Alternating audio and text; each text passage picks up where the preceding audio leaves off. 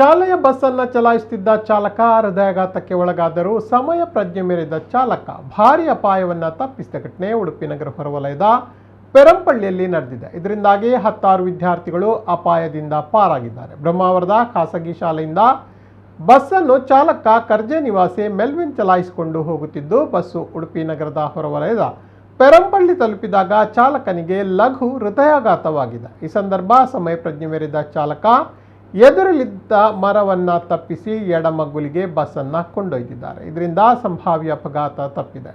ಈ ಸಂದರ್ಭದಲ್ಲಿ ಬಸ್ಸಿನಲ್ಲಿದ್ದ 4-5 ವಿದ್ಯಾರ್ಥಿಗಳಿಗೆ ಸಣ್ಣ ಪುಟ್ಟ ಗಾಯಗಳಾಗಿವೆ. ಹೃದಯಾಘಾತದಿಂದ ಕುಸಿದು ಬಿದ್ದಿದ್ದ ಬಸ್ ಚಾಲಕನನ್ನು ಕೂಡಲೇ ಮಣಿಪಾಲ್ ಕೆಎಂಸಿ ಆಸ್ಪತ್ರೆಗೆ ಕೊಂಡೊಯ್ದು ಚಿಕಿತ್ಸೆ ನೀಡಲಾಗಿದ್ದು, ಅವರು ಚೇತರಿಸಿಕೊಂಡಿದ್ದಾರೆ. ಮಣಿಪಾಲ ಪೊಲೀಸ್ ಠಾಣೆಯಲ್ಲಿ ಪ್ರಕರಣ ದಾಖಲಾಗಿದೆ.